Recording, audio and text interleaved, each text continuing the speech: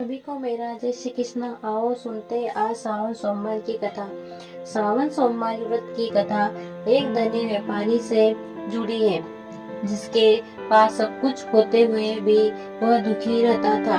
चलिए जानते हैं कैसे सावन सोमवार व्रत की कृपा से उसकी मनचाही मुराद पूरी हो गई। यहाँ आप जानेंगे सावन सोमवार की पौराणिक कथा।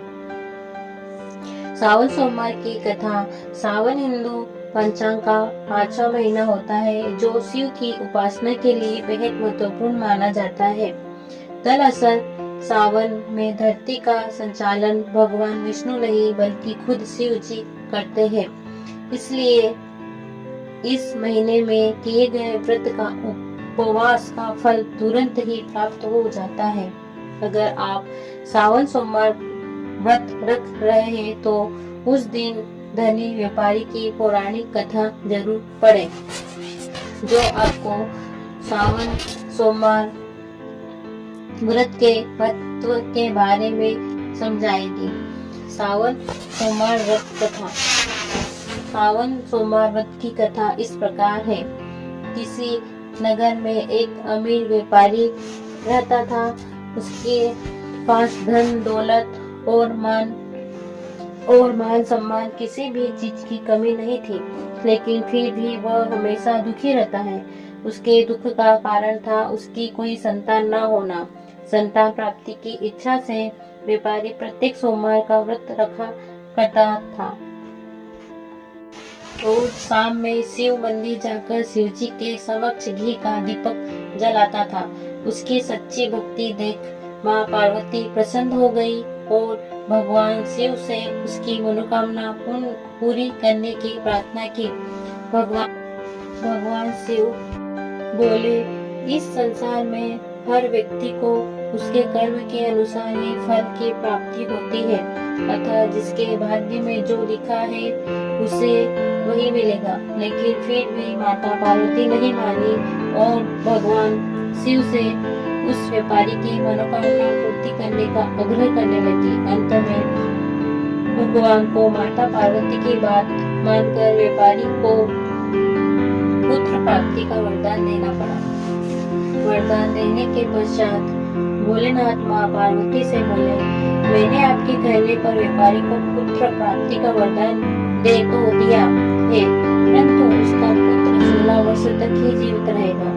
तब उसी रात भगवान शिव ने उस व्यापारी के सपने में आकर कहा कि मैं तुम्हें पुत्र प्राप्ति का वरदान देता हूँ, लेकिन उस पुत्र की आयु 16 वर्ष तक ही होगी। पुत्र प्राप्ति का वरदान पाकर व्यापारी खुश तो हुआ, लेकिन उसकी अल्पायु की चिंता से व्यापारी की खुशी नष्ट हो गई।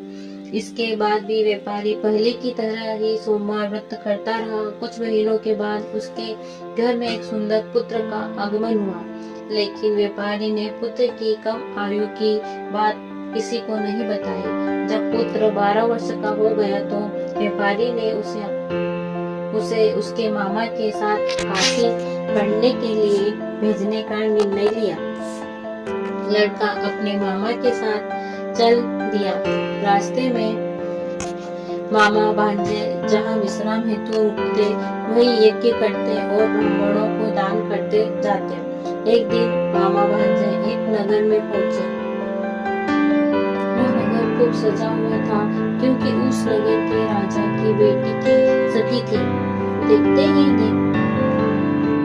क्योंकि उस नगर के राजा की बेटी की शादी थी, देखते ही देखते बारात आ गई। लेकिन वर का पिता अपने बेटे के एक आंख से काले होने के कारण बहुत परेशान था। उसे भय था कि राजा को अगर ये बात पता चल गई तो वो अपनी लड़की की शादी नहीं कराएगा, जिससे उसकी बदनामी भी होगी। लेकिन जब वर के पिता ने व्यापारी के पुत्र को देखा तो उसने सोचा, क्यों इस सुंदर लड़के को दूल्हा बनाकर राजकुमारी से इसकी शादी करा दूं।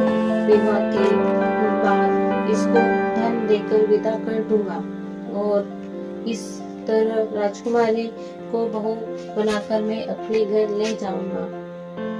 वर के पिता ने लड़के के मामा से बात की। पैसों के लालच में मामा ने लड़के के पिता की बात मान ली, जिसके बाद व्यापारी के लड़के को दूल्हे का वस्त्र पहनाकर राजकुमारी से विवाह करा दिया गया। शादी के बाद लड़का जब राजकुमारी के साथ लौट रहा था तो वह सच छिपा नहीं सका और उसने राजकुमारी के ओढ़नी पर लिख दिया कि राजकुमारी, तुम्हारा विवाह मेरे साथ हुआ है और मैं वाराणसी पढ़ने जा रहा हूँ, लेकिन अब तुम्हें जिस युवक के साथ भेजेंगे वह एक आंख से काला है। उसी के पिता ने छल से मेरी शादी तुमसे कराई है।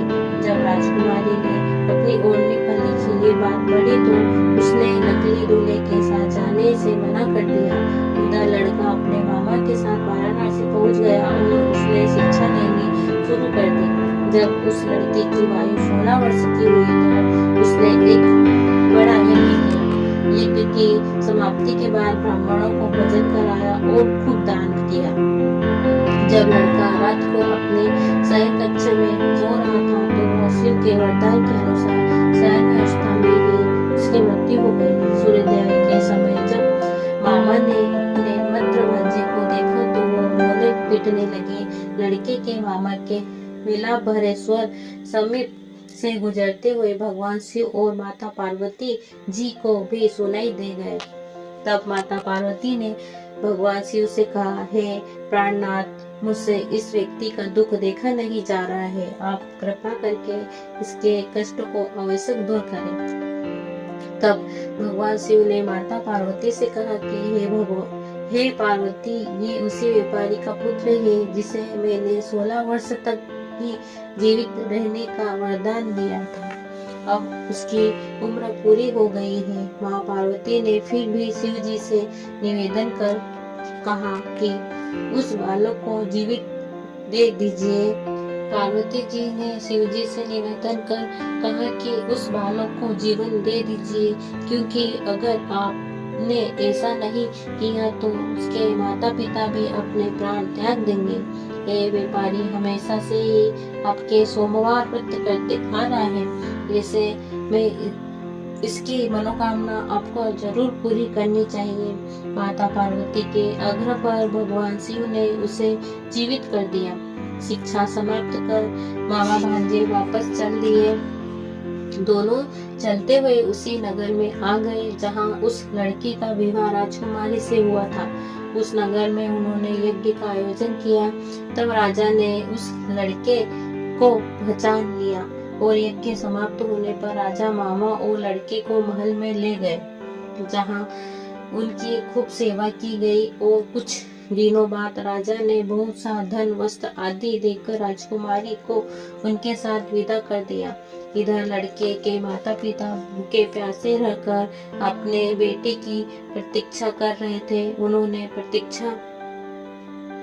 प्रतिज्ञा ली थी कि अगर उन्हें अपने बेटे की मृत्यु का समाचार मिला तो दोनों मर जाएंगे, परंतु जैसे ही उन्होंने सुना कि उनका लड़का वापस आ रहा है तो उनकी खुशी का ठिकाना नहीं रहा।